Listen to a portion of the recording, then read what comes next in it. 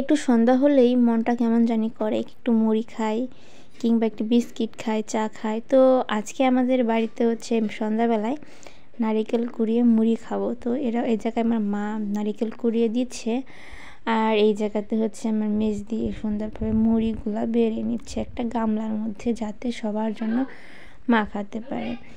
তো এরপর হচ্ছে নারিকেলটা কুড়ানো হয়ে গেছে, বাবুর জন্য কতটুকু রাইখা দিতেছে।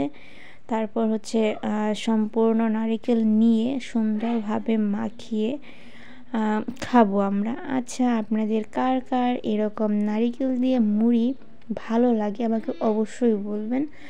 আর যদি কেউ না খেয়ে থাকেন তাহলে অবশ্যই একদিন খাবেন, কারণ এত দারুণ টেস্ট লাগে। এই মাখাটা করতে গেলে আপনাদের লাগবে নারিকেল কোড়া, সাথে লাগবে মুড়ি, একটু পরিমাণ মতো চিনি, তারপরে হচ্ছে সুন্দরভাবে মাখিয়ে আপনারা সবাই পরিবেশন করবেন। আর চিন্তা করবেন যে এত স্বাদের অমৃতের মতো খাবার হয় কখনো? সত্যি এটা অনেক স্বাদের খাবার। আর আমার ভিডিও আপনাদের কার কার ভালো লাগে আমাকে অবশ্যই কমেন্টে বলবেন।